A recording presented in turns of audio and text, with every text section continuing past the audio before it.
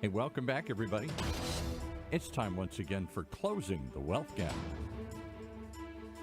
The one show, maybe the only show that shows you how to close the wealth gap in your own life with the man who's done it for many, our wealth coach himself, Tyrone French. Hey, Tyrone. Everybody to another edition of Closing the Wealth Gap. I'm your host, Tyrone French, and I'm with my associate, my cohort, my We don't partner. we don't want to say partner in crime because that would sound horrible, but I wasn't going to say partner in crime. I thought that's where you're I going. was going to say partner in business. I am just your announcer, I'm the voice of the everyman who listens to the stuff you say every week and goes, "What? Really? You're kidding me? How?" Because that's the way it strikes me. Not only that, but it's like an old married couple. Now you're taking my dialogue. So now I don't know what to say. I mean, you said it all. But again, Oh, you'll find something. you bring that facet of reason, and a lot of people they're not listening to the show, or maybe they pick up the show and all of a sudden they got a question that they probably would have asked, and you asked that question. Yeah.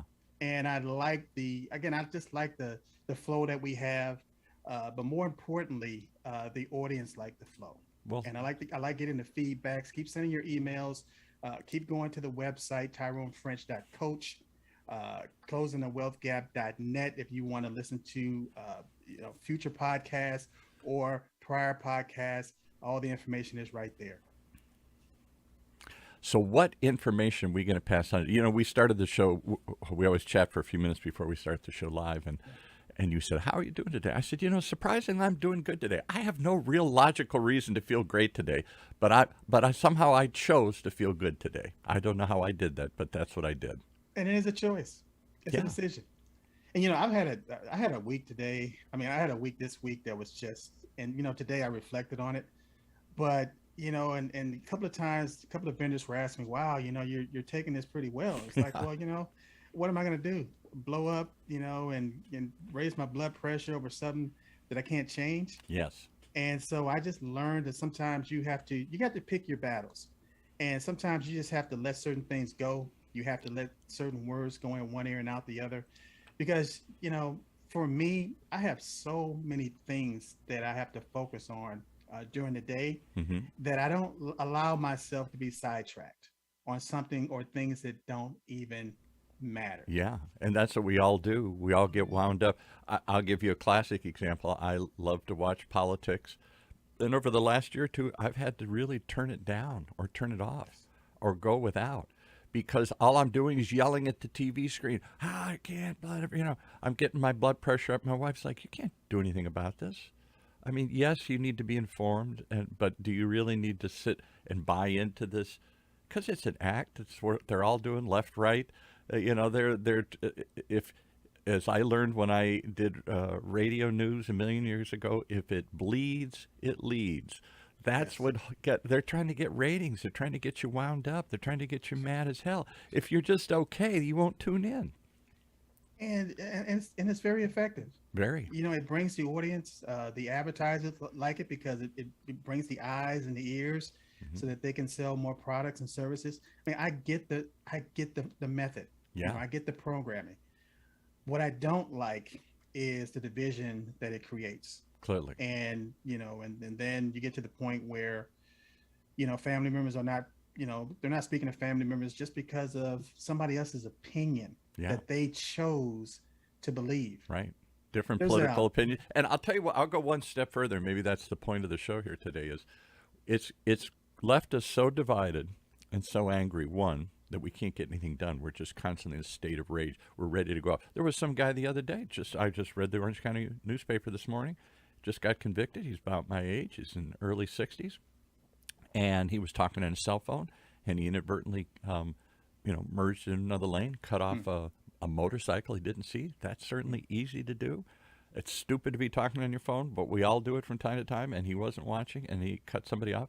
So the motorcyclist pulled up at the next stoplight, started yelling, say, "Hey, buddy, watch what you're doing." And instead of leaving it there, he reached in and grabbed the Right. guy's cell phone and put it up on the roof. Said, "There, that's where your stupid cell phone should be." Now, that alone was more than most people. Now he's mad. He got his thing. He took off. Now this guy won't drop it. And Right. he gets his cell phone. He goes up and starts chasing this guy. How dare you grab my cell phone? Blah, blah, blah, blah. I don't care if I Right. ran you off the road. And he literally ran him over and almost killed him. And now he's in jail. So what was a dumb thing to do, because we're all consumed, was escalated by the guy who was impacted, who took it even further and almost killed the person. Over what? And I've had this conversation with people how, I grew up in South Central LA. An And, area we all assume is filled with these sorts of stories. well, Yeah. you have good areas, you have bad areas, but I grew up in an area where you really had to kind of watch your back.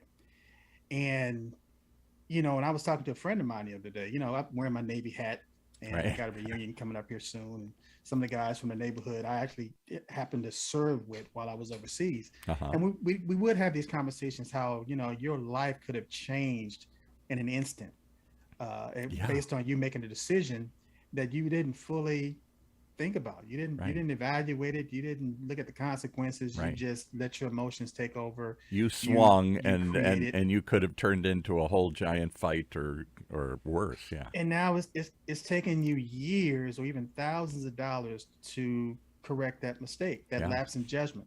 Right. And what we're finding is that you know emotional intelligence is really more important than IQ. Say that again, because that's a phrase we hear from time to time. And I'm going to have you define that for everybody. That emotional. We all spend time trying to be smart about something. We study it, we practice it, we do it over and over. Like I was kidding you, I practiced this voice for years of my life to get to this radio voice. We try and be intelligent, and yet when it comes to emotions, we just let them fly. Yeah, and actually, while we're having this conversation, my Zoom feed dropped, so I'm just going to keep on talking. You guys probably can't see me right now. I'll No, be I back. actually we can see you. Yeah. Okay, so yeah, emotional intelligence, and again, I have a friend of mine that retired from the prison system, Hmm. Wow. and she was a supervisor there and worked for as for many years.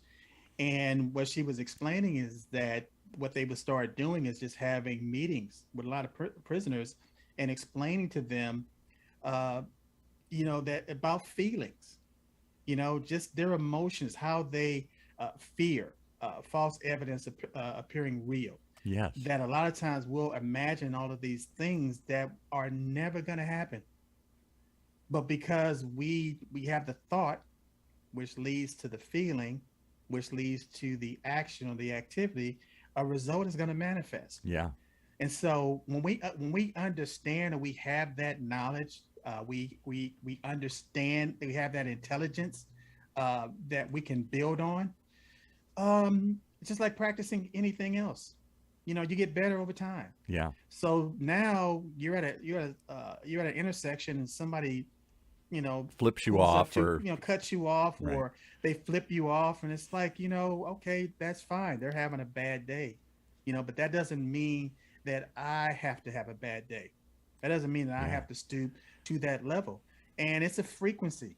I Yes. mean, this is another, probably another, a whole nother show. Yeah. But just like wealth accumulation, it's a mindset, but it's also being on a certain frequency. Yeah. Right. So let's talk about that frequency, because that's really what leads to into the tie into this show here. We've all convinced ourselves, I can't change. This is what. Did you hear what he said? I had to hit him. I had to fight him. I had to do this. How dare they say that? And this reaction, is that any different than I can't change? The system's rigged against me. I can't get out of debt. I can't. I can't. We've convinced ourselves these narratives, and Right. these narratives are just in our head. False narratives. Yeah, Yeah. they're false narratives. There's a quote that as above, so below, Hmm. as within, so without. Wow. And so people look at that as like thinking that this is ancient wisdom and is so much above me. But all it's saying is that as above, so below, as far as the body.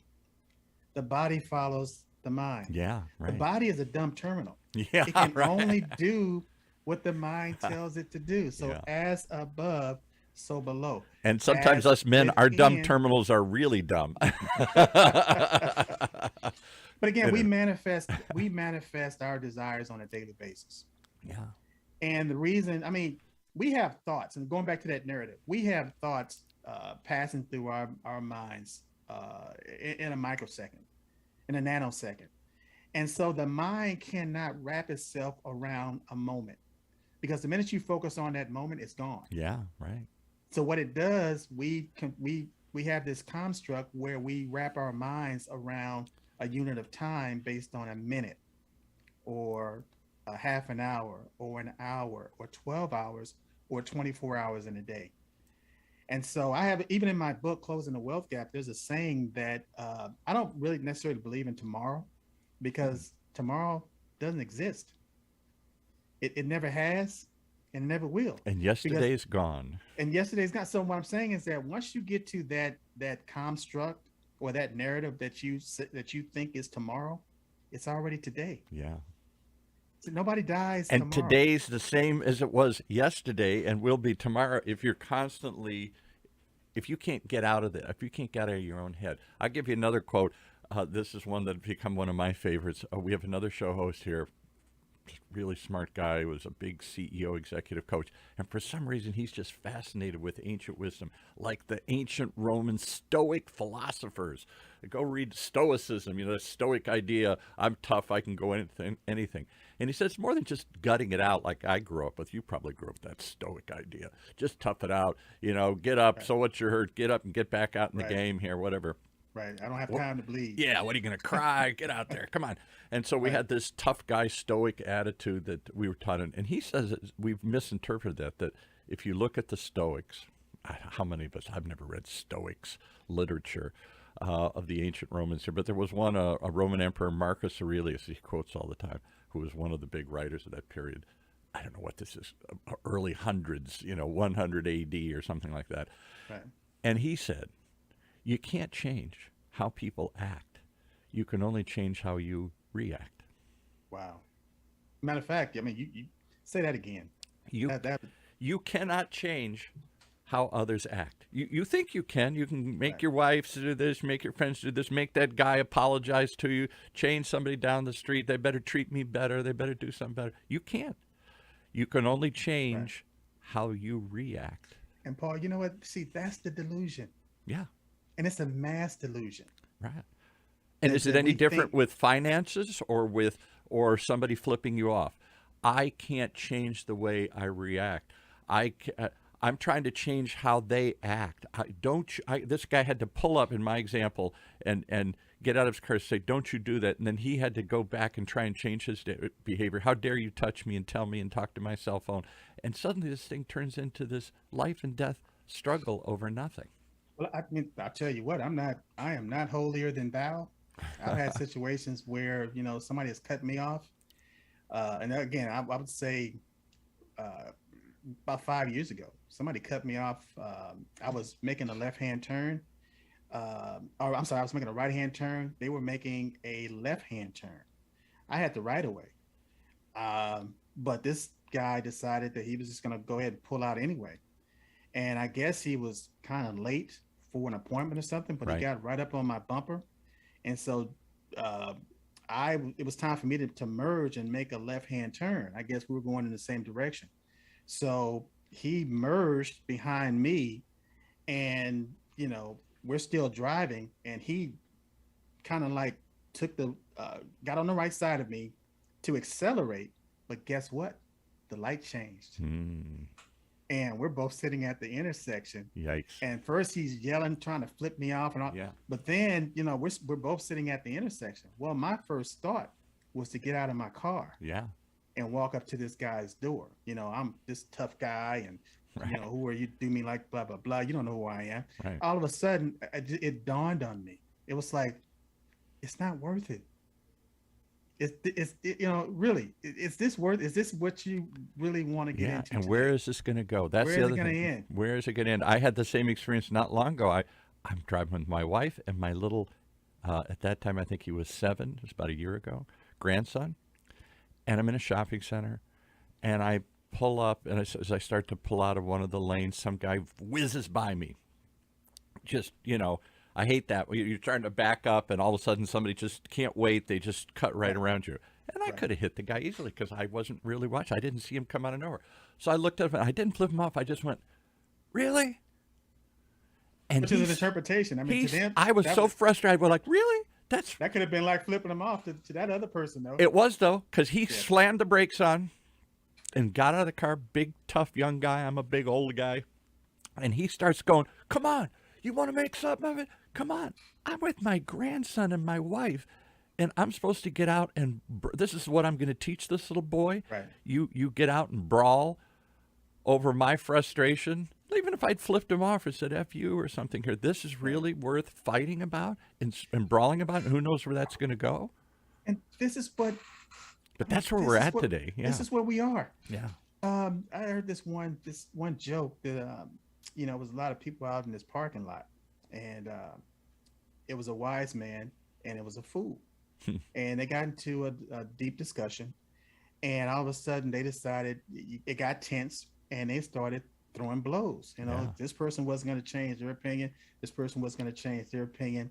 It got heated, and they started fighting. So a crowd came around, and all of a sudden it was a little kid, and he was trying to figure out what was going on. And so he tugged on one of the guy's, shirt tails, and it's like, excuse me, mister, what's going on? And the guy said, oh, it's just two fools out in the parking lot fighting. Yeah. So my point is, one person started out as a wise man, the other person was a fool, but they both ended up in the with mud. The same. In the mud. Well, I think we're too much there today.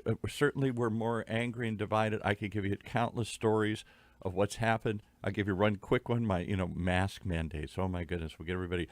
Nobody can tell me to wear a mask. No, everybody should wear a mask. I don't know. Everybody do what makes you feel happy, I guess. Here, I'm older, so I tend to wear a mask. My wife does too when we're in crowds still, because I don't want to get sick of any kind. And so I'm not making a big deal of it. She's not making a big deal of it. She goes on to like a Target in Laguna Niguel in South Orange County here. The Target, just walking in, little old lady with a mask on. And some young guy starts yelling at her, hey, lady, we don't wear masks down here. That's stupid. And then his daughter, the age of our grandson, 6 or 8, starts piping up, yeah, lady, that's just stupid. And she was so shook up, and I thought, on what planet would I have ever yelled at an older woman for doing anything and allowed my child to do the same thing? Right. But what are we teaching? That's what we're teaching here. It's what happened to, I thought that's what she said. Oh, I thought we all get to make up our own mind. And she just, got flustered, and she thought the guy was going to hit her or something. And that's the hypocrisy of it. I mean, if you want to wear a mask, don't try to make somebody else wear a mask. And if you choose not to wear a mask, that's your choice. And I get it. But if it's not your choice, if it's somebody else's choice, then we get in each other's face, and we got to make a deal out of it here. So I'll leave you one last thing, and it goes to the heart of what I think this talk is about here today, which is mindset change. And too often we think we are trapped. We are victims. Victim of society, victim of our upbringing. My dad beat me. Life's got me down. I grew up in South Central. Whatever it is, I'm too old. I'm a woman. I'm a guy. I'm an alien. I'm whatever. Whatever it is. I've got this thing on my shoulder that says the whole world is out to get me. The system's rigged against me, and I can't do anything about it, except you can react differently. Paul, that's, again, we're talking about mindset, and we said we picked it up, or there was a thread in the last show when we were talking about America's looming national security crisis, right? And we talked about the mindset, we talked about the frequency. Yeah. But you're absolutely right. This is a narrative that, just like any radio station, where you're in your car and you're just you're hitting scan, and it's going from station to station, from tuner to tuner, right? And you find yourself on a station, whether it's jazz or whether it's classical or whether it's country, and that floats your boat. So now you're listening to that station. Now you're memorizing the songs. Right. So now you can listen, you can hear the melody in the song, and all of a sudden automatically know what the words are. You're singing along. And singing along. And again, that tune that you're singing, can be associated with a time or a period that will bring back that memory Yeah. of what you were doing Oh, clearly. at that exact, because the mind doesn't forget anything. No. We have a problem as far as recalling that information, but it doesn't forget anything. No. And so again, that narrative becomes reinforced, then it becomes a habit because of the repetition. And then every time something pops up, it's like, oh, this person's out to get me, or this system's out to get me, or nothing's working for me, and nothing is. Nothing ever once works for once me. you I get can't that, do that. Yeah. once you're on that level, once you're on that frequency, that victim mentality, game over. Yeah. Because now everything becomes a self-fulfilling prophecy. Yeah. See, I knew it. I knew it. Things are going too good, which is the natural state of everything. Is supposed to be balance and harmony. That's how it's supposed to be. You're supposed to be at peace.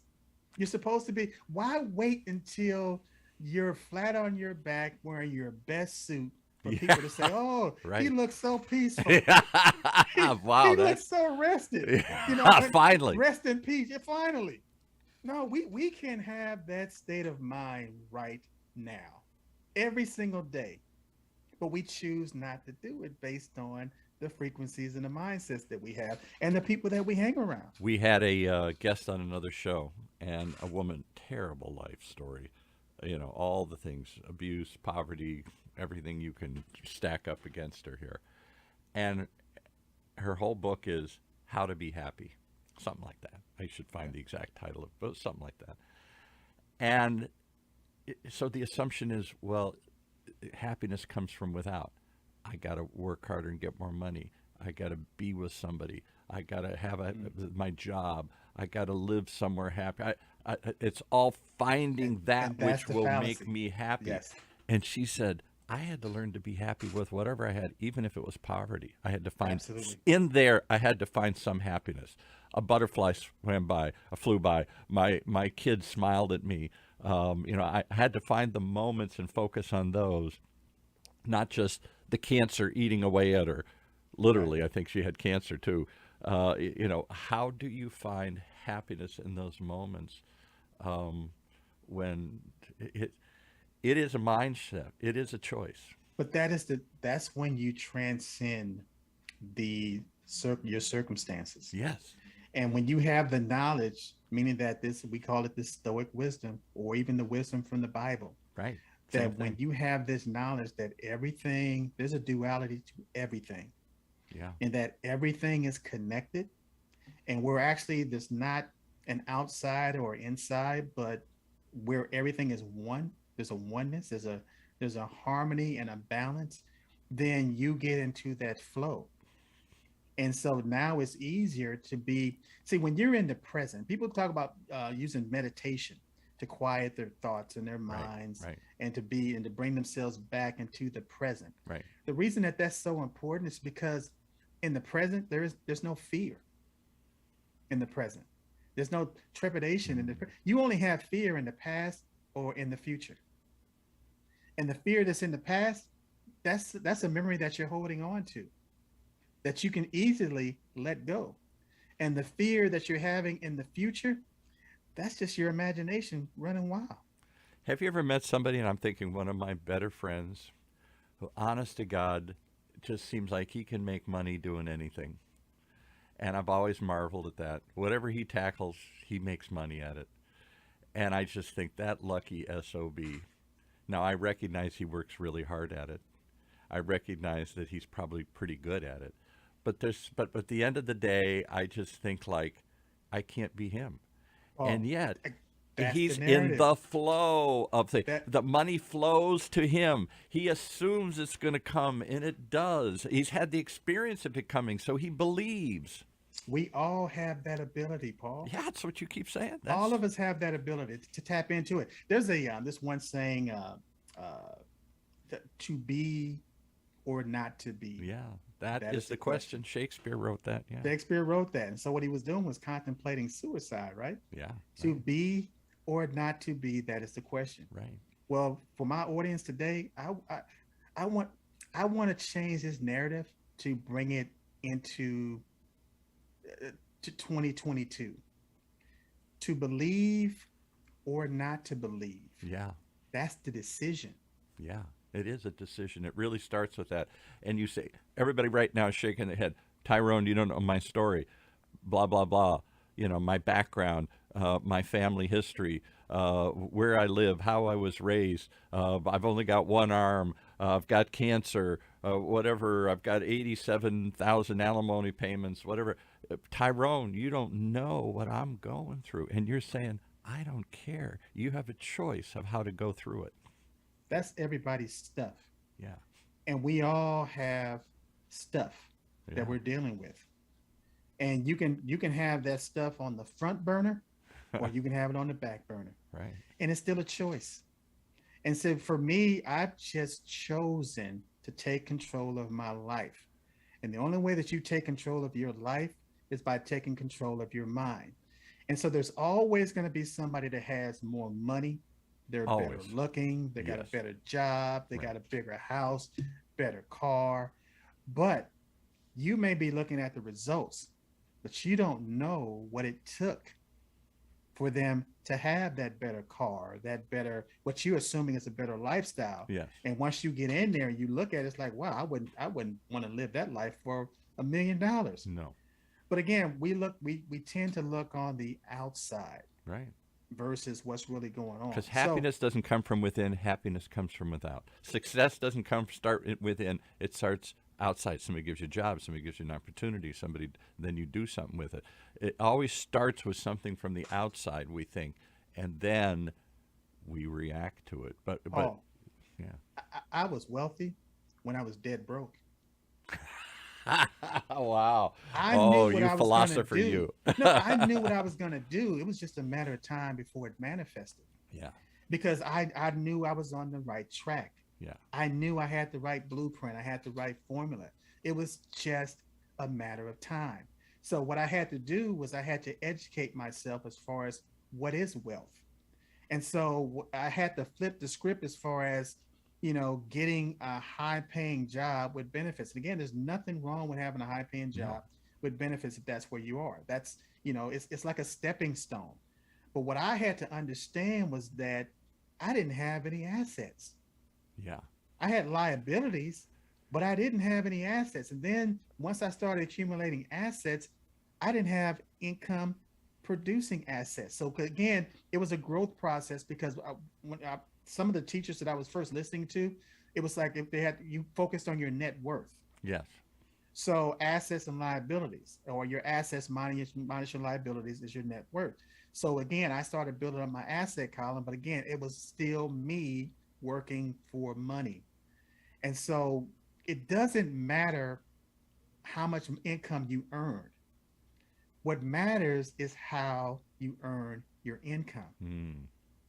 how that income is being earned. So I chose to create income producing assets that generated income so I didn't have to work for money. And so now my life, uh, I was speaking with an associate. This was like maybe about 6, 7 years ago, and real estate broker, very successful. And we used to share these offices with our assistants. Hmm. And so we would have these conversations, and we would share clients and things like that. And I said, everything is literally free. And she looked at me like, this guy's got to be off his rocker. I Yeah. got all these bills and I'm paying for all this stuff and I got all these obligations. What do you mean everything is free? Well, what you do is you create an asset that pays for your luxuries. Mm. You can have the Mercedes, you can have the BMW, you can have the Porsche, you can have the Range Rover, you can have the home, you can have the Rolex watch, you can have all these things as long as you have an underlying asset that's paying for it. Hmm. What we were taught is that, okay, when I was working for McDonnell Douglas, I started working for McDonnell Douglas back in 1988. And I was working Good as their, job, good company, good benefits. Yeah. I mean, I hit the jackpot. And 90 days later, I got hired as electrical inspector. Right. And I was working on MD80 line. And 90 days after that, I became a quality assurance administrator and making really good money. I think I was like maybe 25, 26 at the time. And all of these managers that I'm working around, and they're complaining about their paychecks because they're losing so much money in taxes. Hmm. And they only had two recourses. Uh, you know, contribute more to their retirement plan so that it was pre-taxed, Right. you know, or I mean, to whereas it was tax deferred growth, and that the money that was coming out of their paycheck went directly to the retirement plan, and or buy real estate Hmm. so that you can get the deduction from the interest from the mortgage And payment, hopefully an appreciation as it goes and up over hopefully time. appreciate it over time. And so when I looked at those options and those choices, um, they just didn't feel right to me. Hmm. And so that I found out that there was another option. There's Hey, door why not number three, you mean? I thought there's only always number two three? choices. Yeah. Start a business. Yeah. Start a business, because again, when I was reading these biographies, what I found was the fastest path to wealth was owning your own business.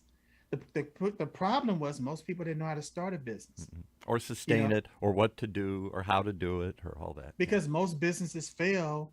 I mean, 90% of businesses Huge. fail within the first 5 years, Yeah. and then the other 90% fail within Yeah. the second, which is the 10-year period. So the issue is, or the solution was, you start multiple businesses. Mm-mm. And so if you're starting multiple businesses, I mean, some people, they call it today serial entrepreneurs, Right. but you start multiple businesses. And what a lot of people think, that they have a habit or a hobby. They have these hobbies, and they have a really good idea. And everybody is brilliant enough to have an idea that you can wrap a business around and Mm-hmm. make hundreds of thousands, not millions of dollars. The issue is people talk themselves out of it. Absolutely. So Can't what do I that. had to do And for if you me don't, your personally, wife does, your friends do, your your friends, family does. Yeah. why? Because that's the synergy that you're around. Yeah. You know, again, police officers hang out with police officers, firemen hang out with firemen, basketball players hang out with. So you become a part of what you're around. And again, they'll say, well, you know what? If show me your five closest friends, and I'll show you your income level. Oh, wow. Wow. Ooh, boy, we could do a whole show on that because I can think of lots of examples right now flashing through my head. People I've known through my life, and I say, that's who you're hanging out with. And I'll give you one more example. As they start to succeed, I won't call any of these people out, but there's some people in my life, that relatives and other people I've seen do this. As they succeed and grow, they still go back and hang out with that crowd that they got in trouble with way back when, that A ain't lot of that is any guilt. good. A lot of that is guilt. Hmm. Oh, you know what? Look at me now. I've succeeded and I've made it.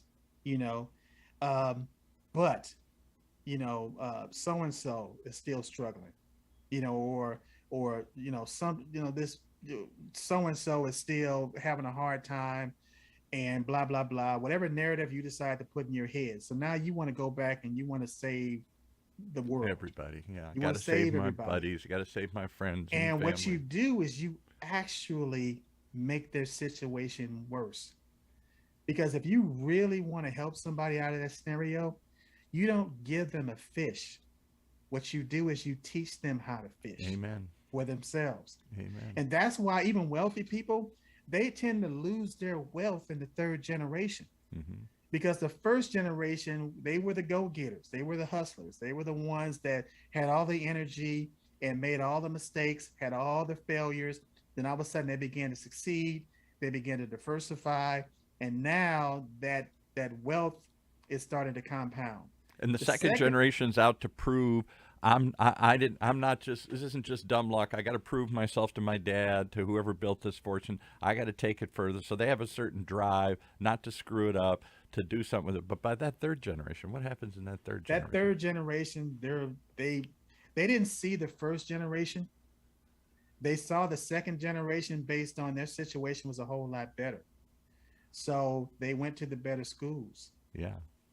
They wore the better clothes. And it was too easy. It was entitled. It's just given to them. It was the norm. It was the way it was supposed to be. So the third generation grew up thinking that this is how it is. This is how it's always gonna be, and it isn't life grand. Yeah. Isn't that the immigrant story too? We have so many immigrants come through here in Orange County. I'm such a fascinated by the immigrant story. We're all at some level. So many of us have some immigrant tale to tell, and that immigrant story. We do a thing for the Hispanic Chamber of Commerce. They come in every week with these immigrant stories. And that first generation, there was something in these people that drove them to succeed. And the second generation's trying to hold on it and do something with it. You think the third generation would do that? They don't have any of the fire in their belly. It's just too comfortable, too easy. That's why people like Bill Gates and stuff are saying now, I'm not leaving all my fortune. $1 trillion or whatever he's got, half a $500 billion, $200 billion, some massive amount of money. Not a trillion, but Right. he ain't giving it to all his kids. He said, I have Well, nothing I could do faster to screw up their life than to hand them all this the money. Warren Buffetts, the Charlie Mungers, Yeah. the list goes on and on and on. They're not leaving that money to their family because why? They know that it does more harm And then it than does good. Right. And so, but again, yeah, I used to wonder why, wealthy people would say, well, money is not everything. Yeah. Easy for you to say. Because you're already on that level. But again, you spend so much energy and so much of your life getting to that stage where you can pretty much have anything that you want to have and do anything you want to do and and you realize that that's not really what makes you happy. So That's it's not really all what brings all success. we'll bring it back around. I'd love to go on. We could go on for hours with this, but what you preach and teach all the time, we talk about offline sometimes. You say, Paul, am I reaching these people? Are they really listening to what I'm saying? They have the power within them to change, no matter what their circumstance, no matter what their background, no matter what their education level. They can choose to change and get out of the narrative that has trapped them wherever they're trapped. And again, I like the fact that we just had this conversation today because we were supposed to talk about something totally different. Yeah, I know, But something tangible. just the mindset and this frequency and this narrative that turns into a self-fulfilling or belief that turns into a self-fulfilling prophecy, you are exactly where you decided to be, whether it's financially, Yeah. whether it's physically. Isn't that frightening, folks, for a lot of us? If you're not where you want to be, you, in some level, you decided to stay there or to be there. I know it Because was hard. I know there was things that happened. I'm not saying it isn't easier for some and harder for others, but at some level, if you're there and you can't get out, you got to wonder if there isn't some choice in this. because if you don't know where you're going, any decision will do. Yeah, right. I don't know where I'm going. I can do it. And so it's impossible not to make a decision.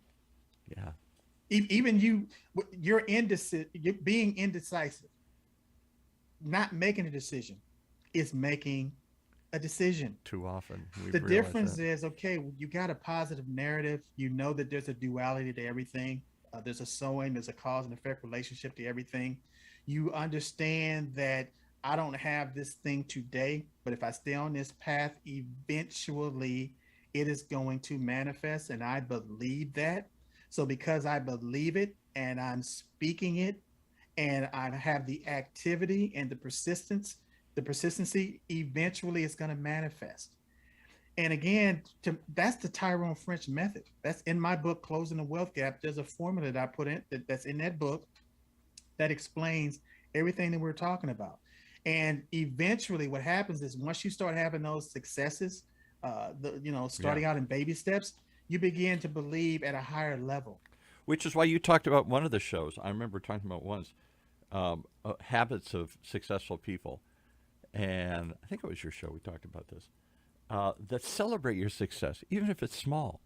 Because Absolutely. if you just go, well, okay, this one finally, well, I got one here. I finally something worked a little bit here. But if you don't make a big deal out of that, take yourself to lunch, take yourself to dinner, buy something special, celebrate whatever way you want to do, because that will reinforce, hey, it happened once, it can happen again. Not only does it reinforce it, but the philosophy behind that is the gratitude. Gratitude too is a big part of it. It's the Yes. gratitude. You start feeling grateful for the successes and just the mentality that you have now. And how you about begin to see the growth. how about maybe you deserve it too? That's another thread that goes. Well, I don't really deserve this. Absolutely. I And don't that's a deserve this. powerful one because a lot of people don't believe that they deserve the success that they have. They Right. think it's a fluke or it's an accident. No, no, it isn't. You deserve to live the best life possible. And you should actually want to give that self to you. Yeah. Give that gift of life, of living the best life to yourself on a daily So the basis. best gift I can give everybody listening is not just this eye-opening conversation. It's a real live coach to help you, because we all have dreams, we all have ambitions, we all at moments think, I wish I could, I want to change, and then we say we can't. Do what professional athletes do. You think they change their batting swing just by themselves? You think Michael Jordan just perfected, Kobe just perfected his free throw by himself? Yeah, it was hard work. Yeah, it was practice, but they had a coach. They all acknowledge it. Michael Jordan has said many times he wouldn't have become the greatest or one of the greatest without great coaches. The Well, principle behind you got absolutely. you got And the access to principle one. and the principle behind that, Paul, is that you can't do it by yourself. Sometimes you can't see your way out of the problem. You need help, or you can't hang in there. You want to do it, but you need somebody to hold you accountable. You need somebody to show you the way and to hold your hand and take you some of the way and then push you a little part of the way. Without hydrogen and oxygen, you don't have water. Without Without the two of us, we don't have a show. So we don't have a show. So again, if you like this show, if you like this content, if you want more information, pick up your phone. Everybody has a phone today. Right now. Go to TyroneFrench.coach.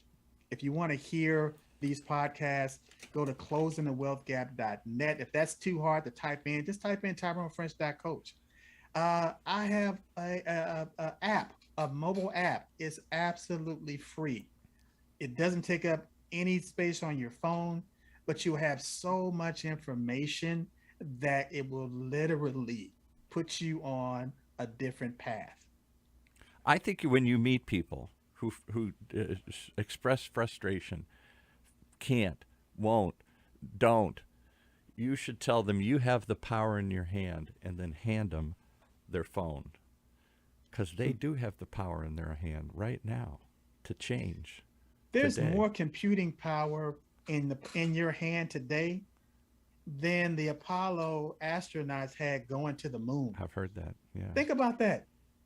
You got the power right there. You can Google and get all of your questions answered. You can literally ask Siri, just Siri, which is the artificial intelligence.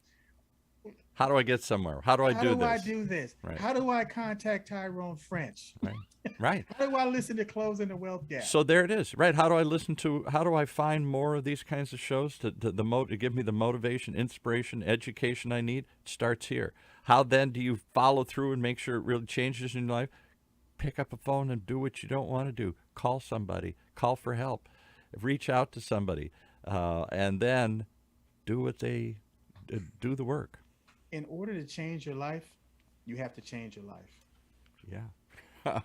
Well, in order, you got to take that one step. And here's the thing: in order to get to the top of the staircase, you got to get on the first step. Yeah. Just take it one step at a time. And for everybody who says, I don't know where the step is, right there. TyroneFrench.coach, closingthewealthgap.net. If you don't want to type in closingthewealthgap.net, just type in TyroneFrench.net. And if nothing else, you found us, come back. Come back. Come back. We'd love to have you. Again, it's a family. We're building a community here. Yes. And we love one another. We want to see everybody build and grow. And you got friends here. And there's a way out of your situation. You just have to ask. The information's right there. Thank you, sir. Always a pleasure to chat with you here. Always leaves me feeling I was feeling good coming in. I feel even better now. I feel your energy, buddy. All right. All right, folks. Feel your energy. That's our show for this week. Closing the Wealth Gap. The one show, the only show that shows you how to take control of your financial future. Right here in Orange County's only community radio station, OCTalkRadio.net.